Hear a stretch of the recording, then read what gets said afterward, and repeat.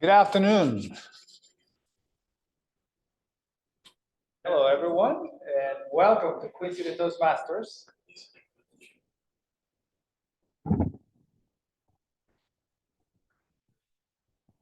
It is on. And Graham, hopefully he can hear me. So welcome to Queen City Toastmasters. Today we have an exciting meeting with 3 speakers and a very well-prepared lineup that I hope that we all enjoy. In the back, we have the restrooms for those who are here for the first time. Ladies and gentlemen, on this side, you can access for each one of these doors, but preferably do it when we are at a break or while we are transitioning from one speaker to another so that we avoid the interruptions. This mic is actually not projecting any sound, as you may have noticed, but we use it for the sake of the people who are joining us online, and also because we record this meeting so that we can all see ourselves tomorrow or after this meeting and see how we did. So this is a good way also to provide ourselves feedback. Without further ado, I would like to introduce our presiding officer, is our club president, Dr. Eric Laxer.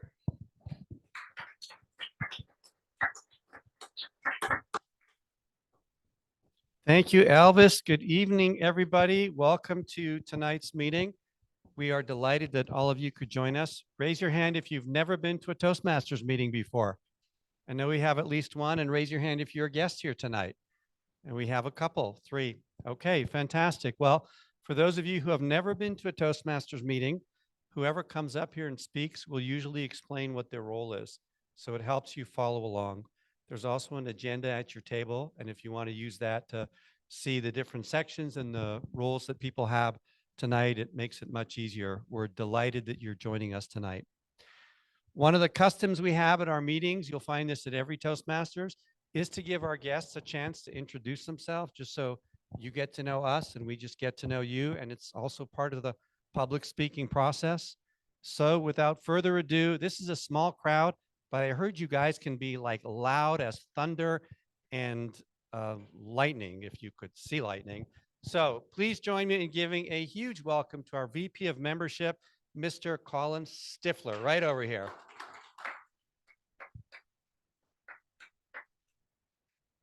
They love you, Colin. Thank you very much for the reassurance, Eric. Good evening, Queen City. All right, we're doing a little bit better now. This is a smaller group.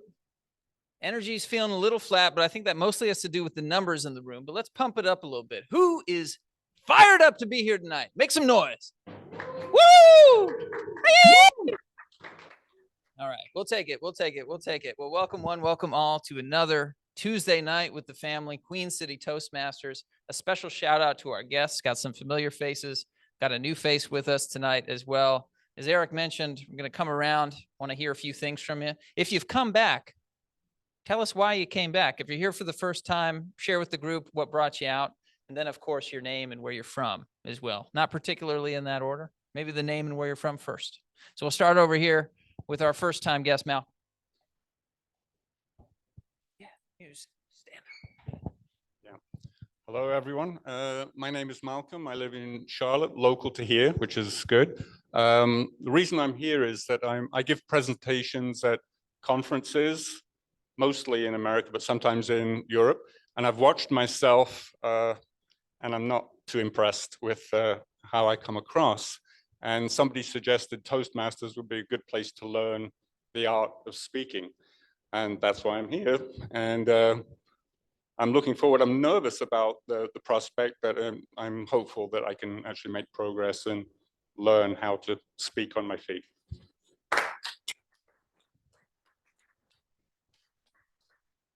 Just want to share my first impression, Malcolm. You might be being harsh on yourself. You're very well spoken, very eloquent. You know, it seems very natural to you. So maybe it's that self-image we need to disavow of. You don't need the speaking skills. Perhaps not. All right, coming over here to our return crew. It's good to see y'all again. Hi, everyone. I'm Alex. I'm originally from South Florida, but I moved to Charlotte about 1.5 years ago. And this is my third time coming back. And I just really enjoyed the crowd and everyone here. It just seemed really positive. So Thank you very much. Welcome back. Hey everyone, my name is Brandon Finney. I just recently moved to Charlotte from Atlanta, Georgia, looking to improve my public speaking, getting over that fear. And yeah, week 2 for me.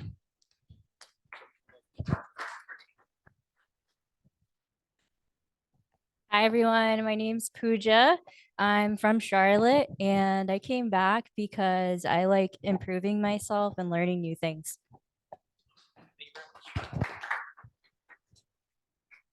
Let's give a warm Queen City welcome to all of our guests one more time.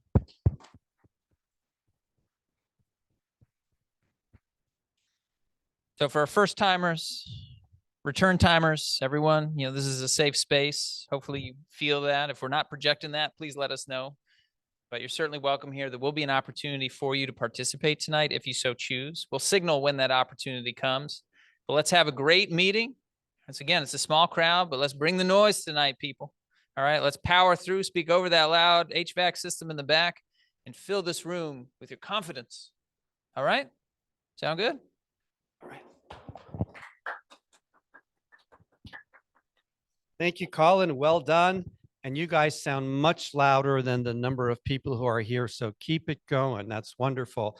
I do want to point out that on everybody's table, you'll see these little sheets. Feedback is a very important part of our journey. And if you have a speaker who comes up here and you want to give them some feedback, you can write a little note to them, fold it up, put their name on it, and I'll come around and pick it up at some point during the meeting. And if I don't do that, just hold it up and give me a wave and I will do so. For our guests, every meeting is run by one of our members, and all the roles you see people have here, members signed up for. And so the most important role at our meetings is the person who stands up front and runs the meeting. And we call that person our Toastmaster of the day. And we have a unique situation today because our Toastmaster of the day is trying to accomplish a certain achievement award, is what it's called within our district, and had to do one other role also. So she will be having dual roles today. You have a chance to see her even more than usual. So we are all thankful for that. Our current Toastmasters theme today is sports. And just so you know, some people talk the talk, some people walk the walk. Well, you'll actually see her limp because she got hurt this week doing something athletic. So she knows her stuff because she is an athlete. Without further ado, please join me in giving a huge welcome to today's Toastmaster, Moumita Banerjee.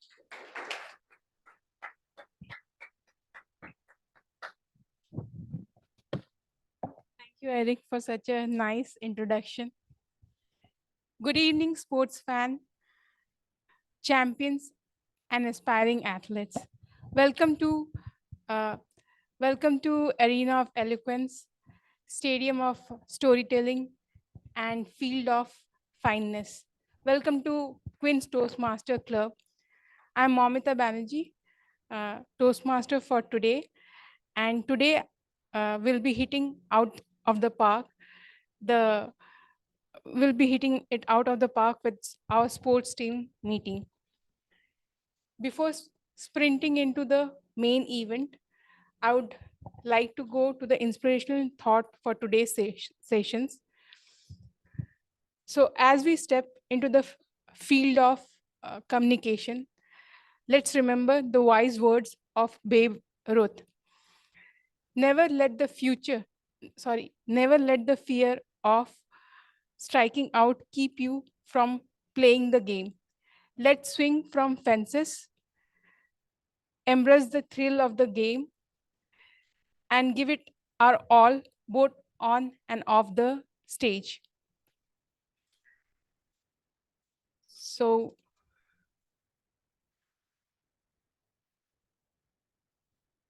let's give a shout out to the MVPs of our meeting, our timer Sebastian, and I would like to invite him to explain his role.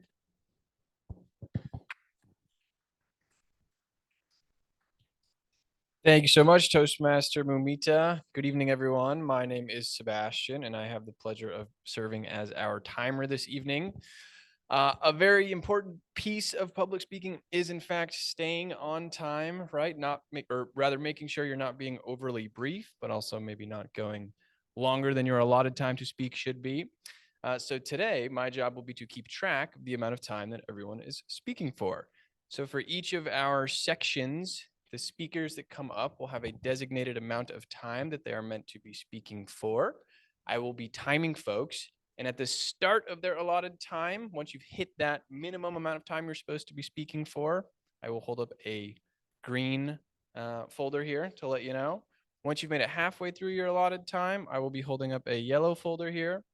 And once you've hit the end of that allotted time, I will be holding up a red folder here. So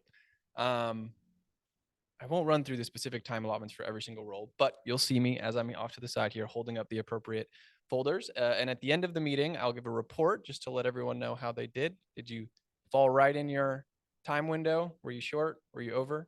And hopefully that'll be good feedback for folks. Moumita, back to you.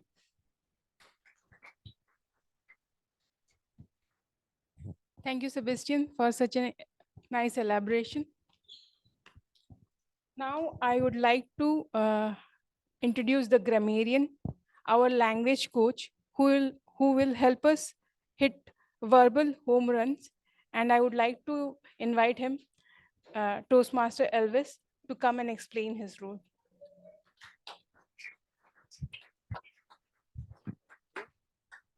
Thank you, Madam Toastmaster. I have the pleasure to be the grammarian tonight. As a grammarian, my role is twofold.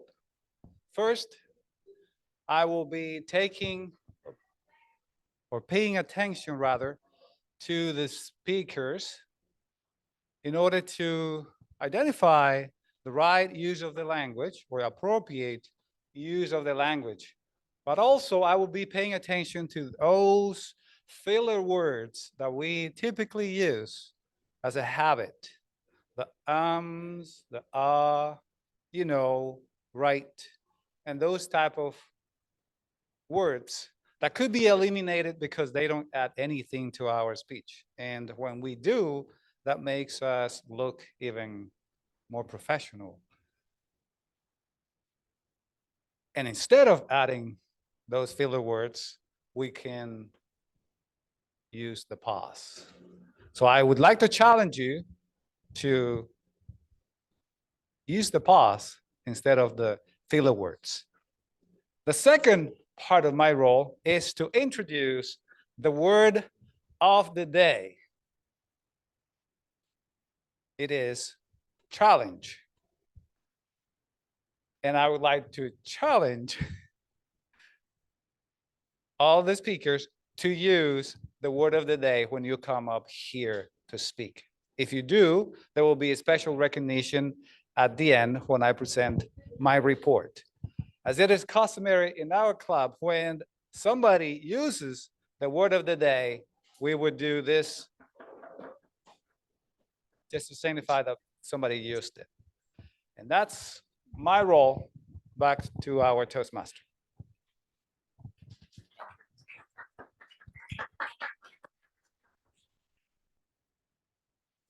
So now let's huddle up and take a peek at our game plan for today's meeting. We have got a lineup of powerhouse speeches, strategic evaluations, and lightning fast table topic to keep us on our toes. So today we have our first speech, which is an icebreaker speech, and the speaker is Dan. I would like to invite Dan to give his speech. Thank you.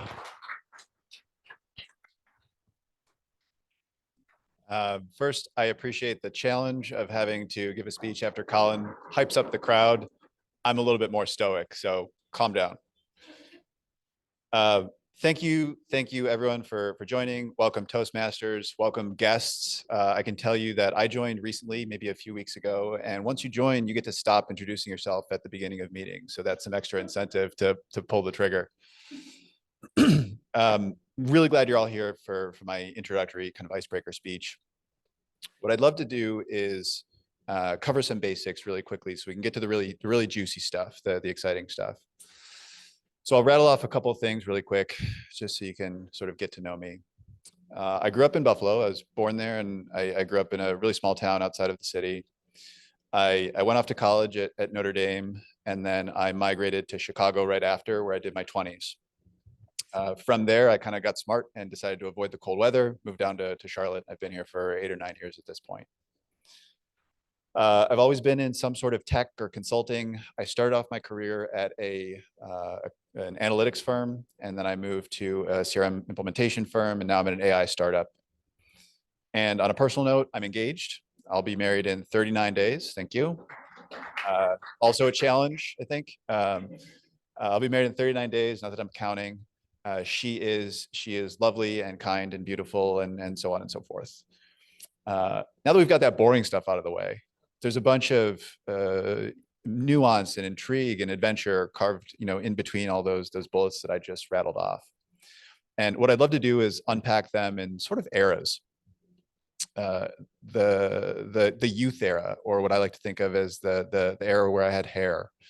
The young adulthood era, which is the era where I had a little bit less hair, and then the current era, which is the era where kind of doesn't matter because I've tricked someone into marrying me, so who cares if I'm going bald at this point. And what I'd love to do is weave in a little bit of personal, professional, and then I'll try to weave in some of my relationship with public speaking along the way. And so to get right to it, we'll jump into that youth era. And so when I was a kid, I was very different than the guy standing here. Picture more of like a chubby little fat kid, glasses, braces, pretty nerdy, super shy, definitely smart in school. And that kind of more like academic, less sports nature, that actually kind of got me my first exposure to public speaking. When I was graduating high school, I was the valedictorian in my class. Hold your applause. And I had to give that valedictory speech. And so I wrote the speech, over hours and hours. It ended up being 3 or 4 pages long, written out. And I got up there and I delivered it.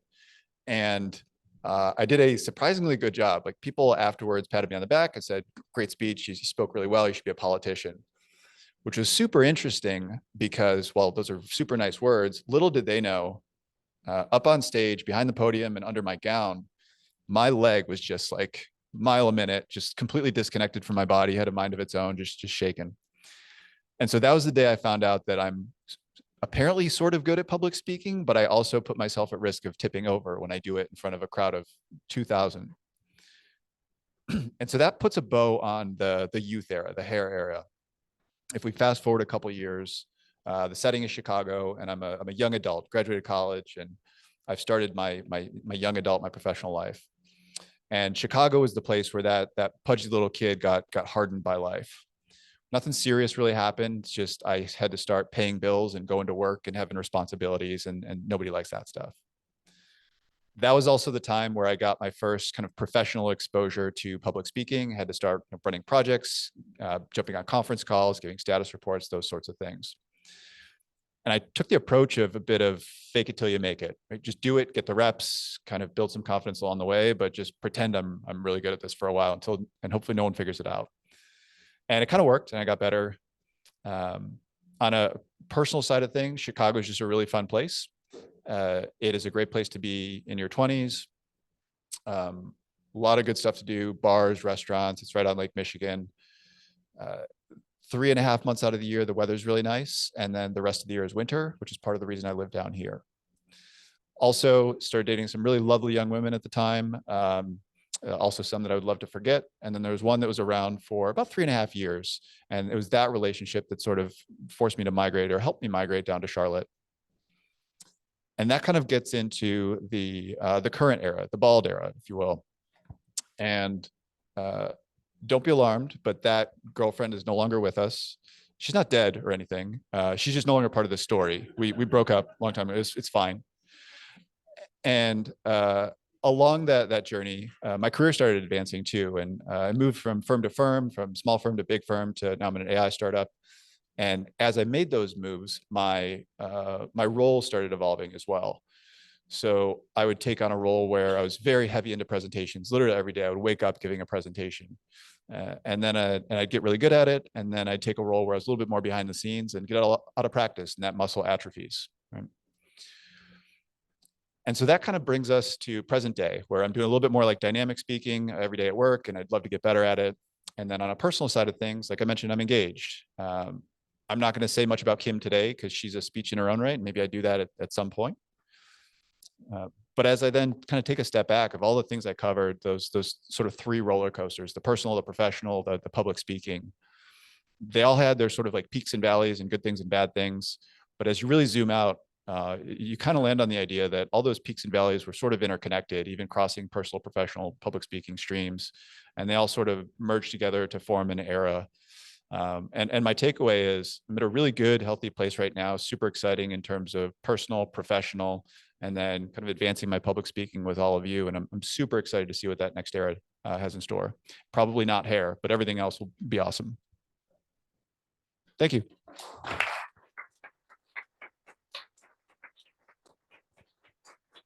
Thank you, Dan. Yeah, we generally give a standing ovation to our icebreaker speech. Thank you, everyone. I missed it. Then I could visualize you in each phase of your life. So, yeah, our next speech is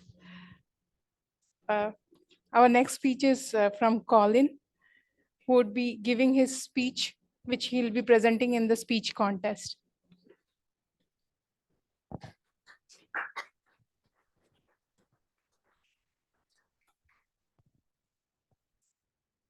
This isn't going to be my container for the thing. Don't worry. I just needed it. I needed a temporary one. Hey Graham, I'm gonna put the mic on the stand so I can use both of my hands. You're probably not gonna hear this, but you've heard this speech like 8 times before, so. Oh, he is? I don't need his help. Yeah. Oh, Ruben's here. All right.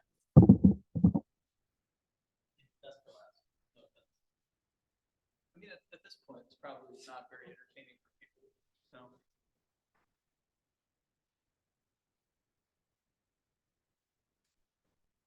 Attention job seekers. I have an opportunity for you. Intrigued? Listen up. This job requires working outside in the elements. From July afternoons so ruthlessly hot, the street can melt the soles off your shoes, to frigid January mornings, where you might find yourself working up to your waist in ice cold water.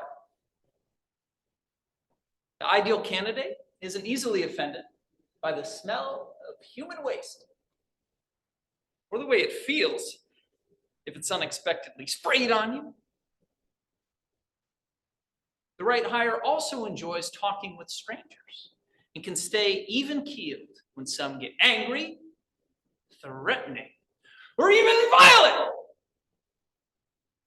simply because of what you do and who you work for. Finally, this is the job for you. If you don't mind responding to emergencies in the middle of the night, and then desperately texting your neighbor the following morning to feed your pets or kids if you still aren't home. Contest chair, friends, and fellow waste producers, would you like to do the job I'm describing? I doubt any of you would, unless maybe if it paid a life-changing sum of money. Fortunately for us, though, there are people brave enough, perhaps crazy enough, to do this work. In the Charlotte, North Carolina Water and Sewer Department, where I work, we call these heroes utility technicians. For their labor and sacrifice, they earn a starting pay of just $20 an hour. Barely a living wage to provide a service that, if it didn't exist, would make our community unlivable. Seriously. Can you imagine living somewhere you couldn't sit, brush, wash, or flush in the comfort of your own home? I can't. Yet it's so easy to take these things and the people that make them possible for granted. Even worse, more and more people are spreading harmful misinformation and discontent about the public institutions we all rely on for essential services, stigmatizing them and the people that work there. Now, I'm not a utility technician myself, but I recently went with a crew of my utility technician colleagues to fix a broken water main in a Charlotte neighborhood. We arrived at the scene and set up our equipment, but then had to wait for the local gas company to come and mark their buried gas lines, so we wouldn't accidentally hit one and then blow up half the street. Waiting for gas companies to do this is required by law. It can be frustratingly slow. But safety comes first. The only thing we can do is wait. Shortly into this waiting game, a man comes out of a nearby house and starts yelling at us. Get to work! We're not paying you to stand around. Calmly explain the situation to him, but he isn't having any of it. He calls it a typical example of government laziness, and that he'd be contacting the city council representative to complain. Eventually, the gas company did arrive, and we could start safely digging down to assess the damage to the broken pipe below. We estimated it would take between 3 to 4 hours to fix. So a colleague and I then went door to door to update residents and apologize for the inconvenience. At one home, a woman answered, and her response to us was, I don't care how long it takes to fix. My family and I don't use the water here anyway. We read it can transmit AIDS and cause birth defects. We politely stated that those concerns are misguided, and that the water we provide is more strictly regulated, treated, and tested than any type of bottled water or beverage you could buy at the local store. She was unconvinced, so we left her with a pamphlet of safety information and moved on to the next house.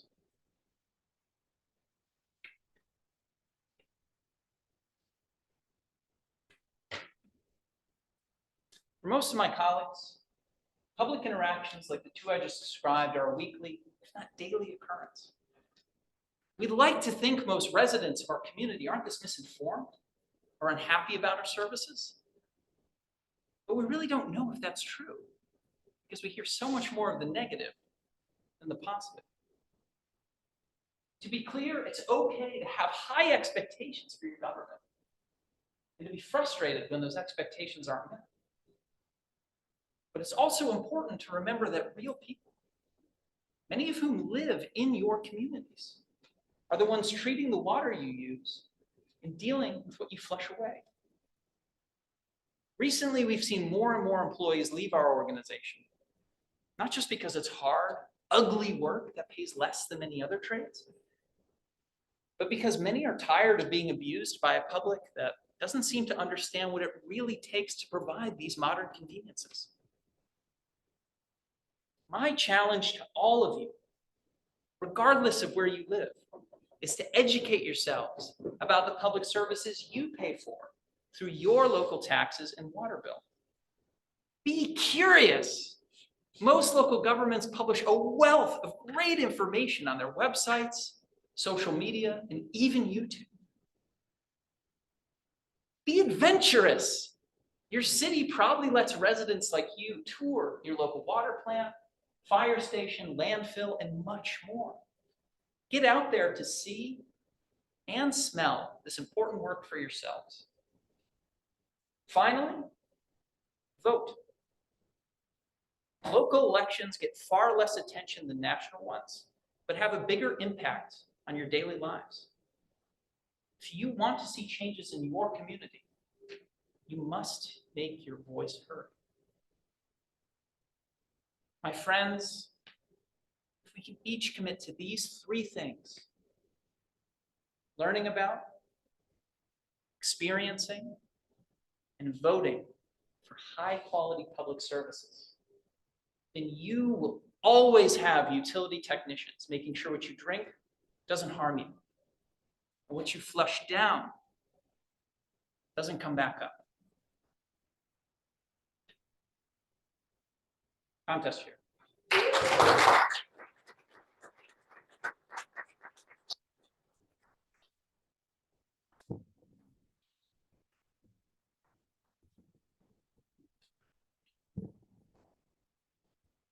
Thank you. Thank you, Colin. Every time I hear the speech, it's a different version and it's far better than the previous one.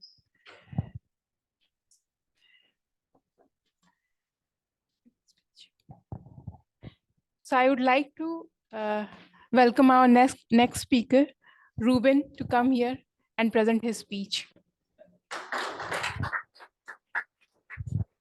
Thank you.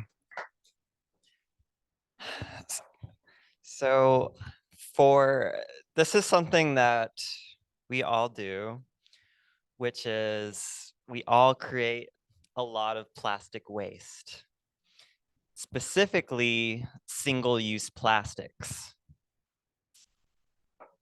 I want to really focus on, just for this right here, like grocery shopping bags.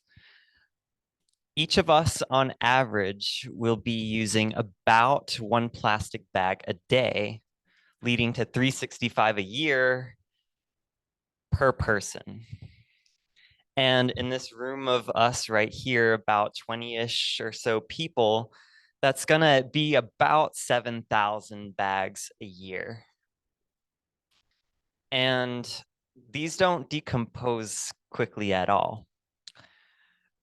Plastic bags will take about 20 years to decompose, but you have to remember that these are very thin pieces of plastic. A bottle cap plastic is going to be more along the lines of 300 years. So these things are going to be around for a long time. Basically, the first bottle cap ever made is going to be around for another 250 years or so. So what do we do about all this plastic waste we're making? Well, normally we turn to the idea of reduce, reuse, recycle. But unfortunately, all three of those have their own problems to them. So let's start at the top, which is reducing. And it's in that hierarchy because reduce, reuse, recycle is at the top, it's the most effective to the least effective. Reducing is really tough because it requires you to change your life, essentially. It's essentially reducing your whole lifestyle, and that's not easy to do. Furthermore, like the system that we live in encourages some level of growth, and the word reduce is not really in that vocabulary. So what about reusing? Well, reusing is basically the whole idea of single-use plastics kind of just throws that out the window immediately. The average lifespan usage time of a single-use plastic is about 12 minutes. So take into account, 200 years, 12 minutes. Reusing doesn't really work either. So that leaves us with recycling. And recycling is such a great concept to us because it requires almost no changes of lifestyle or changes of behavior that reducing and reusing expects from us. Instead of throwing it in the trash bin, you throw it in the recycle bin. Unfortunately, again, recycling plastics is essentially completely ineffective.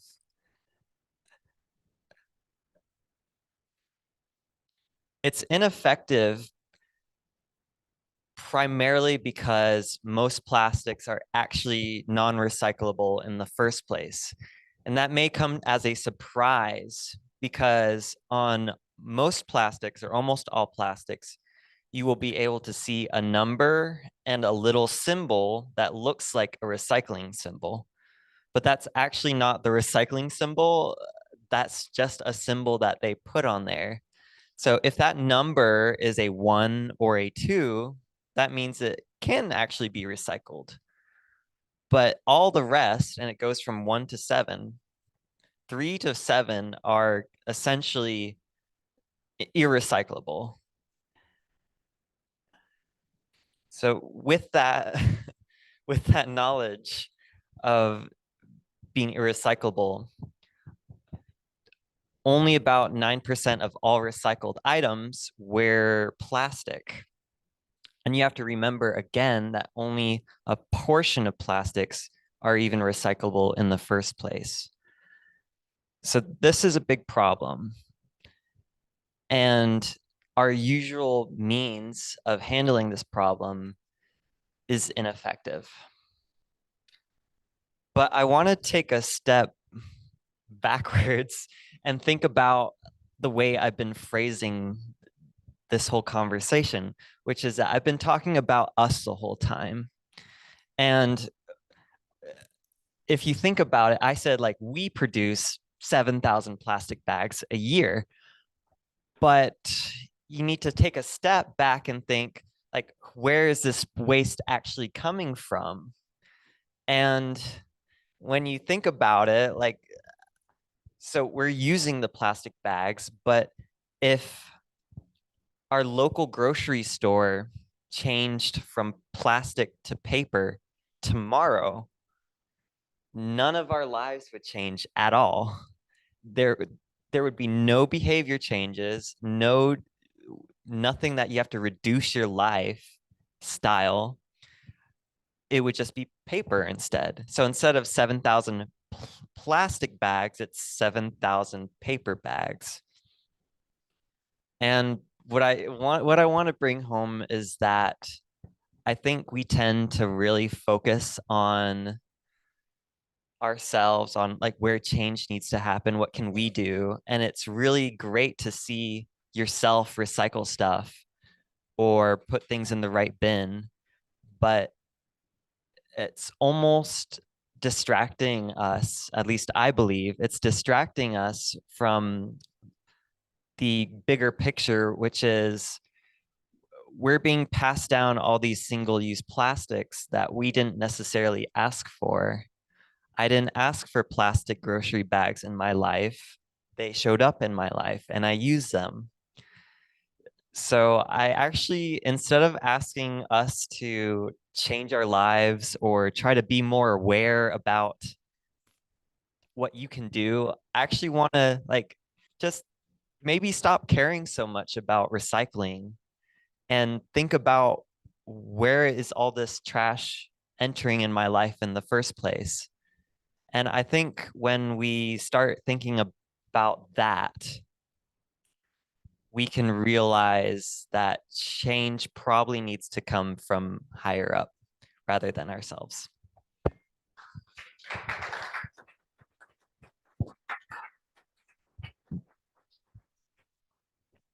Thank you, Ribbon. It's an insightful thing. I was not aware of that recycle number. I'll look for it. So now we'll go to the exciting part of our session, which is table topic session. And I would like to welcome Graham is our table topic coach, and he'll be throwing us curveballs with impromptu challenges related to our sports theme. And I'll be helping him in spotting whoever is raising the hand. Over to you, Graham. Thank you, Moumita. Just want to say I'm loving these sports catchphrases, puns, metaphors that you're weaving into the meeting. Absolutely killing it. Table topics. Getting called on randomly in a work meeting, being on a first date. or deciding to give a toast at a friend's birthday party or at a family dinner, which underlying speaking skill do all of these situations have in common? You guessed it, the art or the science of impromptu speaking. Practicing your ability to speak on the fly and deliver a cohesive, succinct message is an invaluable asset for a variety of situations, and it will help you become an extremely versatile speaker. Table topics has always been one of my favorite sections of the meeting. It's a fun way for guests to challenge themselves and take that first step in their public speaking journey and participate in the meeting. So we do encourage you, guests, to participate if you'd like. And also for club members who don't have an assigned speaking role, to get those reps in. If you'd like to participate, raise your hands and I'll ask that Moumita chooses someone, and then come to the front. I'll ask you a random question related to the theme of the day, which is sports, and then you'll have 1 to 2 minutes to respond. So without further ado, Moumita, will you select someone from the audience? Yeah, please raise your hand. Any volunteer? Okay, we have Ruben. Hey. Back to back. Mm-hmm. Awesome. Okay, Ruben, let's see here. If you could be number one in the world at any professional sport, what would it be and why? Number one at any professional sport. Probably just soccer. Like I love soccer. Uh, I haven't played it in like a million years mostly because I feel like this small frame of a body would just be destroyed in the field. So if I could be number one, I mean, maybe not even my body needs to change. Maybe I just so good that they can't even hit me or whatever. I don't know, but I would love to be number one at soccer. That'd be really fun. Soccer's great. Plus, it gives you a lot of international travel opportunities. All right. So, who would like to go next? We have another volunteer. Awesome.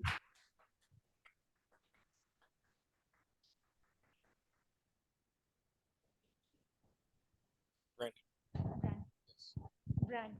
Yes. So, your name's Brandon? Yes, Brandon. Gotcha. All right, Brandon. Who was your favorite athlete growing up, or who is your favorite athlete today and why? So my favorite athlete growing up as well as today is LeBron James. I feel like he is the greatest basketball player of all time. And I guess the reasoning behind that is he is the oldest player to ever play the game. He has the most points accumulated. He has the most minutes accumulated. And I feel like he has played in a time where I guess it's a lot more competitive than back then because the younger players are a lot more skilled coming out of college and coming into the league. So, yeah, I think LeBron's the best player to ever play the game of basketball. He was the first player to also come back from a 3-1 league in the finals. And if it wasn't for his coach, he would have been the first player to come back from a 3-0 lead in the playoffs. So, yeah, LeBron James, and runner-up current favorite player is B. John Robinson on the Atlanta Falcons. He's our new running back. I think he's very skilled, and I think he's going to do great things for our team. And thank you. All right, great response. Great response, Brandon. I saw that LeBron had like kind of hinted at retirement rumors today, so hopefully he has a few more years left in him because he'll definitely be missed. All right, who would like to go next?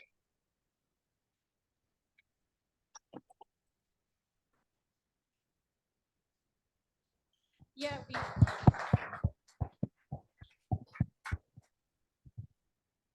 Mike. You say your name is Mike? Yep, Mike. All right, Mike.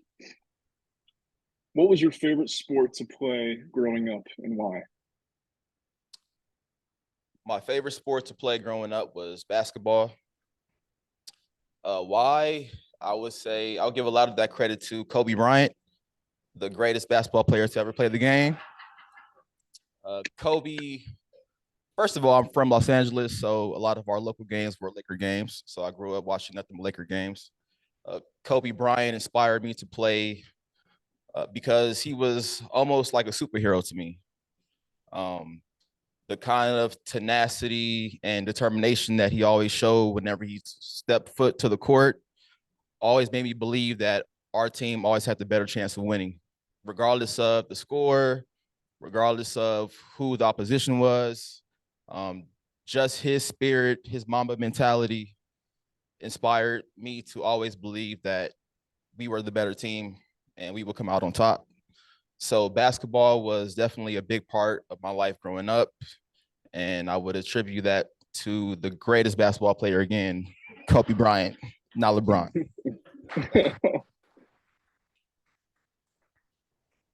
Yeah, Kobe was a legend. I wish I had appreciated him while he was still here more, but we changed the game forever. All right, how many more do we have time for, Moumita?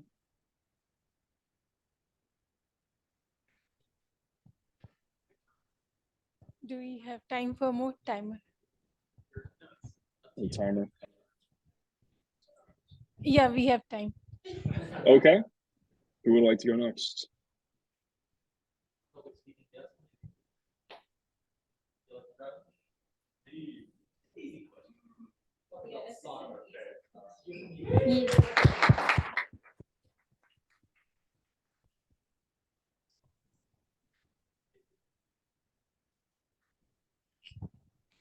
Hi, Malcolm. All right, Malcolm, thanks for participating. Okay, your question is, if you could attend any professional sporting event in the world, what would it be and why? If I could attend any professional sporting event? You could say any, I mean, it could be amateur as well, if you're a college sports guy. Okay, well, I guess that's an easy one for me because my soccer team is Tottenham Hotspur. And when I was a kid, 8 years old, my father took me to my first game. And I've been addicted to soccer and Tottenham Hotspur ever since. And so what I would love to do is attend a Tottenham Hotspur game when they're playing for the European Championship, which may never happen in my lifetime, but well, we live on hope. So that would be my dream and a high point of my existence as far as being a Tottenham Hotspur fan is concerned. Thank you. Great, thank you. Yeah, I'd love to go to a Premier League game, but the environment would be unreal. Hopefully Tottenham makes it one day. All right, do we have time for any more? No. All right, well, thanks everyone for participating. Back to you, Thank you. Moumita. Thank you, Graham, for interesting topics.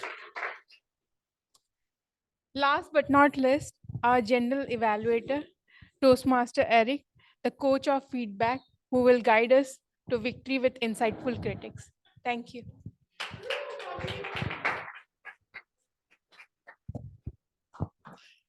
Thank you, Moumita. Great job, everybody. So for our first-time guests and other guests, we learn by feedback. We know that that's a very important part of our journey. And one of the things I love about Toastmasters that we emphasize is within the club, we have members who give other members feedback after they've given their speech or performed different roles. So our next section is going to consist of several parts. We're going to start with the first one. And I'd like to now call upon Toastmaster Alan, who is going to be doing Dan's icebreaker speech evaluation. Please join me in welcoming Alan to the front.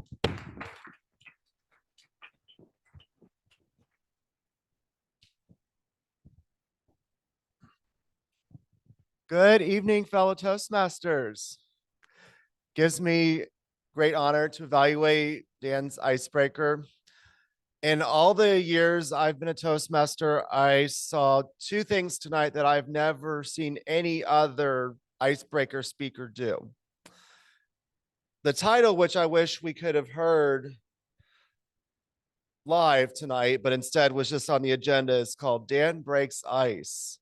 That was so clever. I can't believe no one else has ever thought of that before. I love that. And then the other thing, something I didn't think of until tonight, he directed this at all of our guests. So when you come as a guest every meeting, you keep introducing yourself every week. And then once you get up and do your icebreaker, you never have to do that again. So if that's not an incentive to join Toastmasters, I don't know what is. But the icebreaker is the first and possibly most important speech of a Toastmasters journey. You get to introduce yourself to the club and get the opportunity to share what makes you special and what we can learn about you. The speech had a very good structure, very much what we normally recommend when a Toastmaster gives an icebreaker. Dan talked about his upbringing, talked about his current situation with his career and his engagement, and wrapped it up with why he joined Toastmasters and what he wants to get out of it. And I really enjoyed Dan's very clever sense of humor. It comes off very dry, which I love a dry sense of humor, and very well uses of clever jokes and analogies throughout the speech that I appreciated, and didn't even sound like you were trying too hard. It just sounded like you're naturally funny. I also appreciated all the clever uses of body language. The hand gestures were very well coordinated. I loved how you were shaking your leg when you were giving your graduation speech. Your two biggest challenges going forward are to increase your vocal inflection, because I had pretty difficult time hearing you throughout the speech a few times, especially when you were kind of talking at a rapid pace. Like, I was at my graduation ceremony, I heard that a few times. So I think if you could slow down a little bit and work on your vocal inflection, it'll be much easier for all of us to hear and have more opportunity to hear your points going forward. So thank you very much for sharing that icebreaker with us. We really enjoyed getting to know you and look forward to hearing more. Thank you. Thank you, Alan. Our next evaluator will be Toastmaster David, who will be doing Ruben's speech. Please join me in welcoming David to the front of the room. Thank you. Always like to check the battery first before I go. Good evening, fellow Toastmasters and guests, and thank you, Ruben, for your speech. I'll start with the basics. You had some good hand gestures, and it's good that we have the mic, because a lot of people start with their hands down, but now with the mic, we almost always have our hands up. You had good vocal variety and good projection, especially with the HVAC, so I'm assuming everybody back there could hear you, and good eye contact. I did notice you looking my direction, everybody else's directions quite a few times. And then you provided us with good information about plastics and recycling. You told us how long it takes for it to break down, how long it's in landfills or oceans. Thought that was good. You did the use of threes. You had 3 items, because some people say, I'm going to tell you 5 things or 7 things. You had 3 things: reduce, reuse, recycle. And you explained each one of those. So that was a great way to give a speech. And then also you had no notes. It was all from memory. And some people think that's good. Some people think it's bad. If you memorize it, you kind of know the subject and you don't have to write it down, and that's great. But others feel if it's a technical speech and you don't write it down, then you're trying to think about what you memorized, and you're not really focused on the craft of speaking. So it's kind of a double-edged sword, where you're thinking too much about what you're going to say next versus just flowing and looking down at some notes. So, but it worked fine. So it worked out well for you. And finally, there was a point where you said, let's take a step back. Where does the waste come from? And I thought that was great, because so often when we're giving speeches, we just want to get through them. We're not going to step back. We're going to keep going and talking about what we're talking. But when you said, let's take a step back and explained it, I thought that was a great way of doing it. Now, room for improvement or challenge yourself. Unfortunately, and the grammarian might point out, your first word, do you know what it was? So, a filler word. You started with so, and then you jumped right into your speech. You didn't give us a build up or tell us what it was about. We didn't know the speech title, but there's some great TEDx talks and regular TED, both TED Talks, that they just jump right into it. They don't set it up. They just start talking. And those are some of the better speeches. So I don't know if you watch TED Talks, but that's what they do. But usually in Toastmasters, we say what you're going to say, tell us, and then tell us what you told us. But you just jumped right into it. And then finally, fill out the agenda. What is your speech title? Because if we knew your speech title, which might have been plastic bags, then we would have kind of known in advance what you're going to talk about. And then finally, you did do the main thing we need in the speech is a call to action, because that's why we're giving a speech, is so people know what to do. And your call to action was think where all the trash is coming from. Kind of makes us reflect on our own usage, and maybe you don't need to buy 20 little bottles of Coke. You can just buy 1 liter of Coke or something like that. So you only have 1 plastic bottle versus more. But anyways, I like the call to action. So thank you. Mr. General Evaluator. Thank you, David. Our final evaluator this evening is Toastmaster Andrea Chocolate Butterfly Williams, who will be evaluating Colin's speech. So let's give a nice warm welcome to Andrea as she floats up to the front of the room over here. More like limps up. Colin, Colin, that was a great. I'm so pumped to see you in Asheville this weekend. And you have done everything that everybody has coached you to do, and you've done everything that you set out to do. And that is what's most important. One of our great keynote speakers that came for our 70th anniversary, she says she keeps competing because the more she competes, the more people hear her message. And what we heard today is your message. And to me, that's the marks of a great speech. So with that, I was able to understand and hear every point you were trying to make, which was one of my biggest things last week when I evaluated you, that I needed you to slow down and get a comfortable pace. No matter what's going on, take that deep breath. You did that so wonderfully. I would like to take credit for that, but anyway, you got up to the stage and you set yourself up, and you did not say anything until you were ready. And that is most important because you set yourself up. It's kind of like what they said, and this is the sports metaphor: play your own game, don't play your opponent's game, because you'll always lose. And that's what I always remember from my great. No, I'm just not going to. But no, that is what was most important today, is that you took your time, you used your time, you had the time, and you still made it within the time. So you're still going to beat that clock. The other thing that I liked, you did your, why can't I come up with the word? I'm a Toastmaster. You did your extra, you did your advert stuff. You did that so effortlessly without thinking about it. It wasn't a thought, I'm going to throw this jacket, I'm going to keep on talking, because throwing the jacket was not the point. You wanted them to see your shirt. So that was what they focused on. They no longer focused on the jacket because the jacket was no longer important. You set your stuff up where you can get to it. You set yourself up. And the best thing I loved was when you did not ask them that they want the job. You asked them that they want the job, and then you told them how much the job paid. To me, that was genius, because I've had recruiters call me and like, do you want this job? And I'm like, okay, and yeah, and how much does that pay? So that was something very important, because often people will make that decision based on how much they get paid, not the job itself. So I think you're ready. Just keep in your mind that you're going to run your own race and not anyone else's, and you will be fine, my sir. Okay, back to you.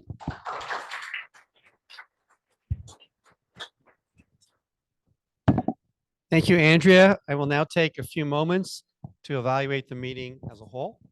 And I'd like to begin with the setup of the room. Once again, our immediate past president, jack of all trades, had 99% of the room set up before most of us even walked in. Thank you very much, David, for doing that. He also really pushed the tables forward so we could hear the speakers. And I think we are still working on improving our sound. Our sound committee will be meeting over the next few weeks to make some decisions. Colin, thank you for introducing our guests, who all did a wonderful job in giving us a chance to get to know you. I want to make a comment on roll sign up, which continues to be a bit of a challenge. We were okay this evening. Thank you. We needed a couple of people to step up. And so I want to acknowledge and thank Alan, Andrea, and Elvis, who all did not have roles till they walked into this room, for jobs well done. Our timer did a great job explaining. Our grammarian did a great job explaining their roles. Moumita, you stepped up for 2 roles today, as I mentioned earlier, and you've really done a fantastic job.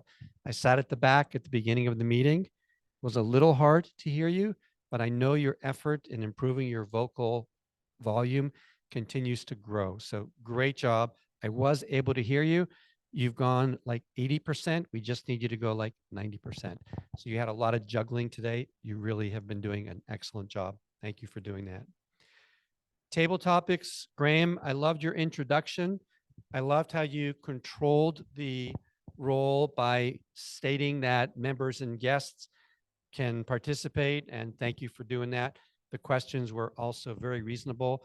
I do just want to comment that I was sitting in the back when Brandon indicated LeBron James was the greatest basketball player who ever lived, and I saw Mike just shaking his head, and I knew he was going to get up here one way or another. So great job, guys.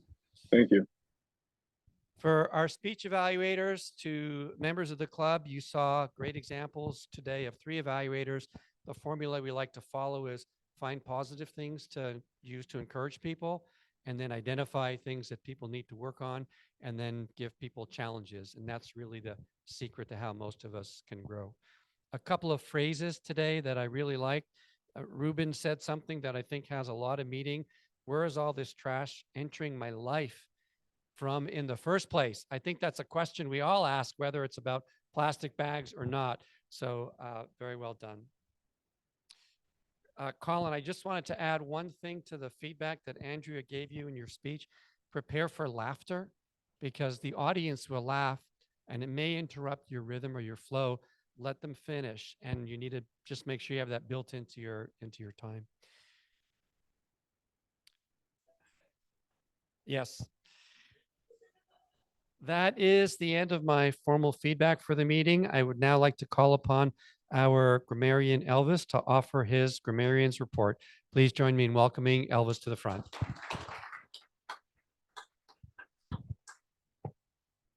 Thank you, Mr. General Evaluator.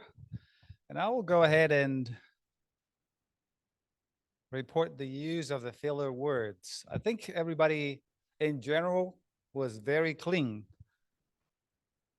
And I would just go over a few adjustments, probably a few things that you might pay attention to in terms of the use of filler words. Moumita, couple of A's. Sebastian, I just heard one M. Overall, very clean. Then, a few R's, which were very repetitive, kind of sublime, not very noticeable, but you used a few Ms and R's. Colin, very clean. Ruben, a couple of you knows and so's and R's. Overall, a great speech. Brandon, and so. Mike, a couple of arms. So. Malcolm, a few arms and R's. Overall, very clean. Eric, Alan, David, Colin, Dan, Moumita, you all used the word of the day. Congratulations. If I missed anyone who used the word of the day, please forgive me. And I would like to also point out some of the words that caught my attention, like weaving from Graham, Ruben, expression to bring home, Mike, tenacity, Malcolm, the high point of my existence, Alan, upbringing, And Andrea, discretion, play your own game, not your opponent's game. With that, I will finish up my report. Back to General Evaluator. Thank you, Elvis. And our last helper to offer the report this evening is our timer. Please give it up for Sebastian.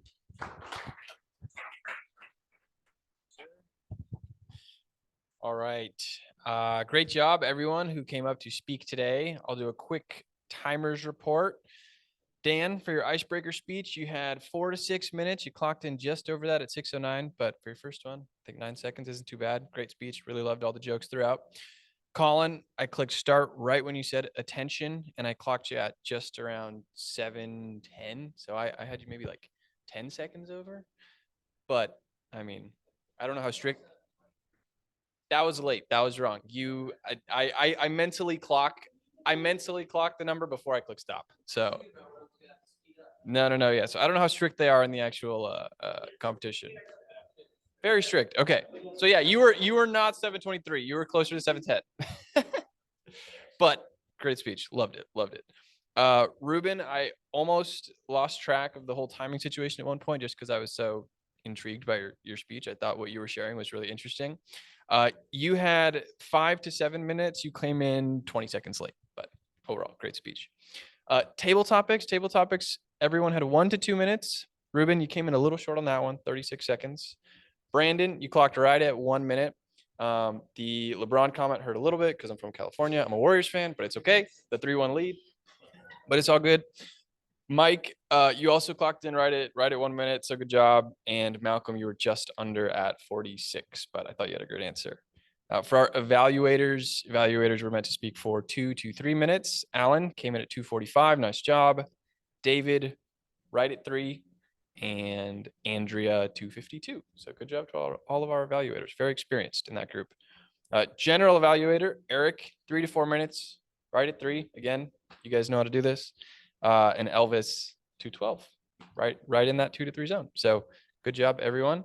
That is my timers report. Back to you, Moumita. Or no, back to who is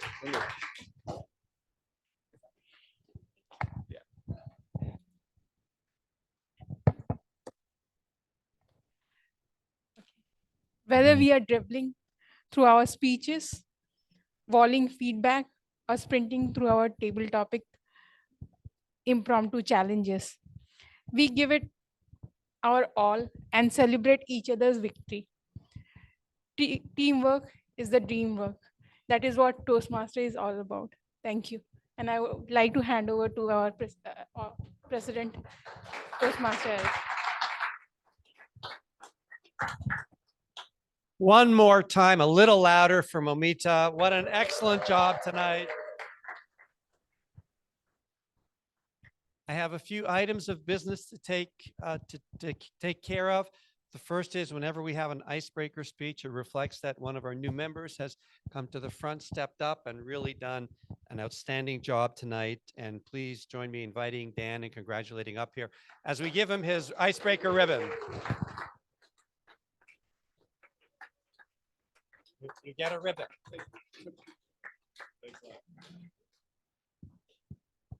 The second item is we started with our,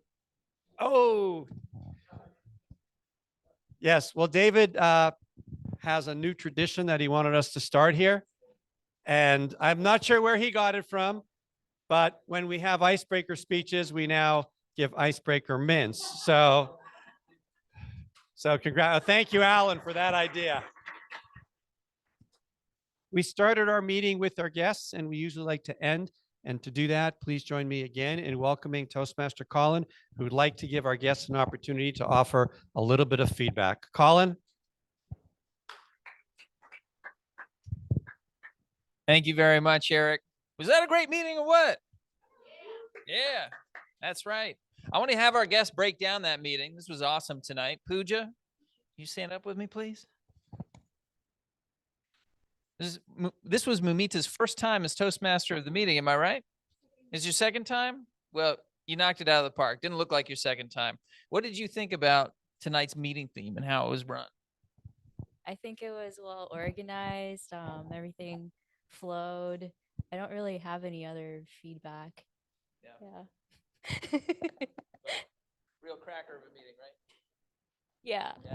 All right. All right. And did you see anything tonight that's really going to stick with you afterwards? And I'm not fishing for compliments for myself. I'm off limits. You gotta ask about. You gotta talk about someone else. I like how it's your first time and you came up here and you gave a little speech. Yeah. Dove right in. Right. Awesome. Right in there. Yeah. Well, looking forward to having you back. Are you gonna come back? Yes. All right. When are you gonna come back? Probably, I don't know if I'm coming next week, but maybe like the week after. I might have to share a little bit, share my Tuesdays. Okay. Yeah. All right. Sorry. Yeah. Well, we prefer a 3-to-1 ratio of sharing, 3 for Queen City, 1 for whatever else you're planning to do. So, Okay. yeah. Well, thanks so much for coming out tonight. Do I Good have to see you. PTO? Like, do I get You have PTO? Do we have a PTO policy? Our treasurer's in here. We got to talk about benefits when the treasurer's in the house. But, Hassan joined partway through the meeting. Miss you at the beginning, buddy. How are you doing? I'm doing good. I'm doing good. Great to see everybody once again. I came a little bit late to take care of some stuff, but I made it. I've been here the last like 2 weeks, I believe. 2 weeks ago. So as usual, the meeting was pretty well. I liked it. I wasn't able to see your 7-minute speech. I was able to come in and sit in on his speech about recycling. That was pretty interesting. But my favorite part was the icebreakers. I really did like the icebreaker questions. They're pretty interesting. And I do hope to become a member next month. Yes. All right. Sounds good. Appreciate it. All right, Brandon, I knew that table topics question was right in your wheelhouse because you went for it. I loved how this is a pro move on his part, people. He said the question first. That's a little trick to buy yourself some time to think through what the answer is going to be. So looked like an old hand up there. If Kobe and LeBron played a game of one-on-one, ones and twos, game to 21. So 3-pointers at 2 points, 2-pointers at 1 point sort of thing, right? What's the score going to be in LeBron's favor? So if it's a game to 21, I'm gonna say it's gonna be close. It's gonna be a close game. Very competitive, 2 competitive players, but I think LeBron has the size advantage on Kobe, even though he did have good defense. But I'm gonna go 21-19. Yeah, 21-19. Yeah. All right. And also I think there were some great speeches today. I think you guys did a great job, as well as the Toastmaster roles. Everyone did a good job, and I feel like the meeting was very well organized and just a great meeting overall. But thank you. Thank you very much. All right, Alex, is this your first time here without your mother? She's not my mom. Oh, she's not your mom. Oops. I'm so sorry about that. Without your friend? Yeah. Okay, I'm sorry. What is she up to tonight? I have no idea. Well, you're responsible for it. You got to bring her back to these meetings. Otherwise, we're going to hold you accountable. Okay, got it. What did you think about tonight's meeting? This is your third? Yeah. All right. What did you think about it? I thought it was really great. I really enjoyed the table topics, and all the speeches were really fantastic. So great night. Awesome. Thank you very much. I'm so sorry about that.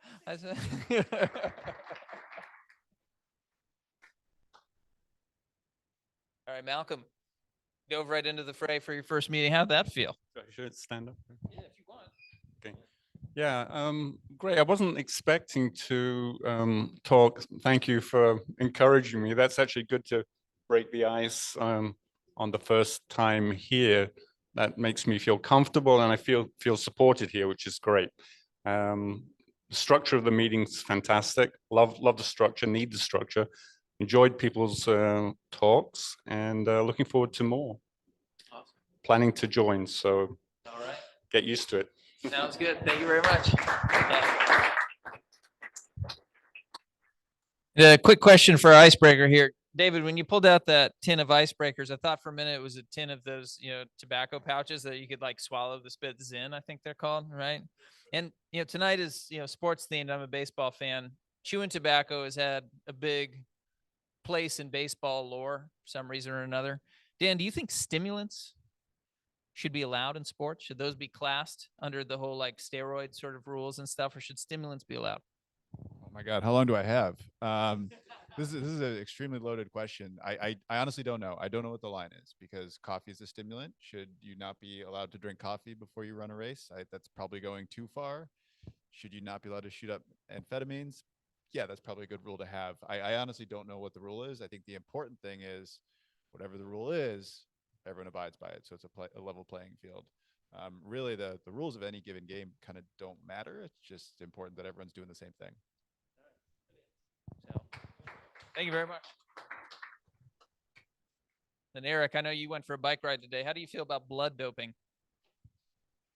I try to do it as often as I can. It's just hard to find a place where I can get the blood. So. Yeah, he does it before these meetings. That's why he's so spry and energized, right?